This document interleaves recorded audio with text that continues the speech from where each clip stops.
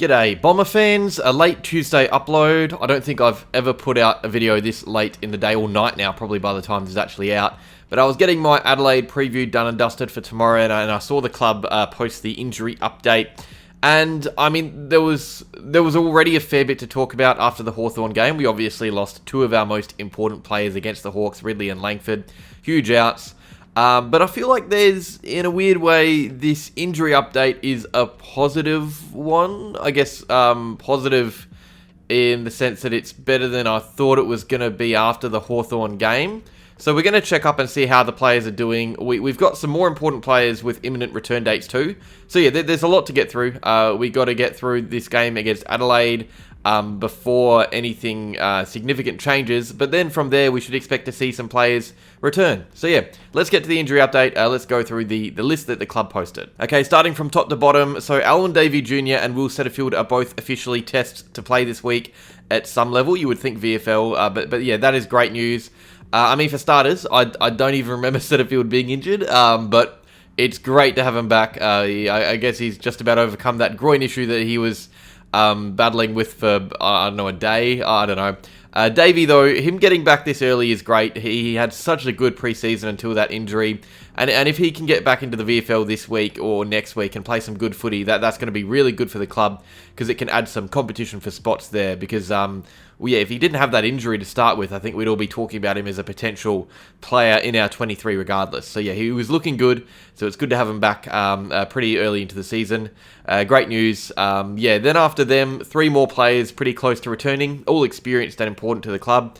Laverty is set to return from his hip issue next week.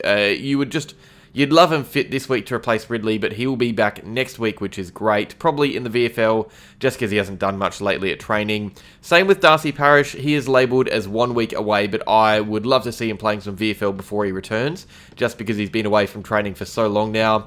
But the fact he's getting close, I mean, it's both awesome and I'm just going to put a little question mark there because... well, yeah, I was thinking later in the season, and I mean, so were others. His return date's been so choppy and changey. I think he should still return after that first bye we have in a few weeks. I think that should be the standard for AFL at least. If he's fit next week, I'd love him to play VFL and then have the bye leading into gather round. But yeah, he's going to be back sooner than expected, according to the club. Maybe it was that change to his running gait. I don't know. Who knows? And Jordan Ridley, this is the one that we were worried about. I was worried we'd see the dreaded TBC next to his name after his third concussion in 4 years. But thankfully, he's recovering really well from the head knock and is expected to be fit for selection against Port Adelaide. That is just awesome news because concussions are obviously horrible, especially when they build up. So if there was any lingering symptoms and that dreaded TBC, it would have been very bad news. But thankfully, it looks like a minor one. We also obviously have the tribunal tonight with Jack Scrimshaw.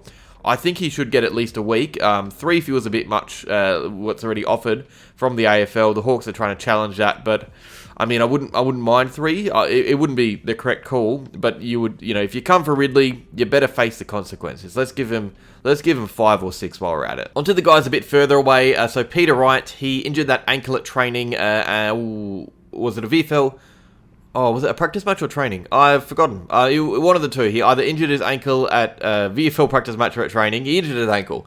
But yeah, he's still about a month away from playing AFL. And he's another one who you would think would come through the VFL first just because of form, if anything. So the club has him as 3 to 4 weeks away, which works with the timing of Langford, I guess, because we should see Wright available before Langford, and that gives him a chance to play in the forward line before Langford returns.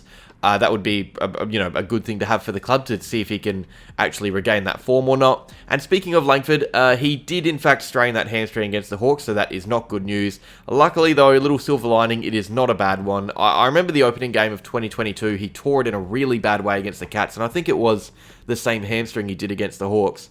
I was worried that it would be similar to this in terms of time frame, but thankfully it's a lower grade. He's going to be out for a minimum of 4 weeks, 4 to 6, so that is around a grade 2 strain length pretty much. But yeah, not out for too long.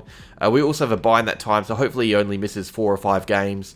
Mac Welfie, he had that surgery in February, I think it was. He's still a long way away, closer to 2 months. We aren't going to see him until around round 10, I think, in the AFL, that is. I'd be surprised if we rush him back after a layoff that long, with a muscle injury as well, surgery recovery.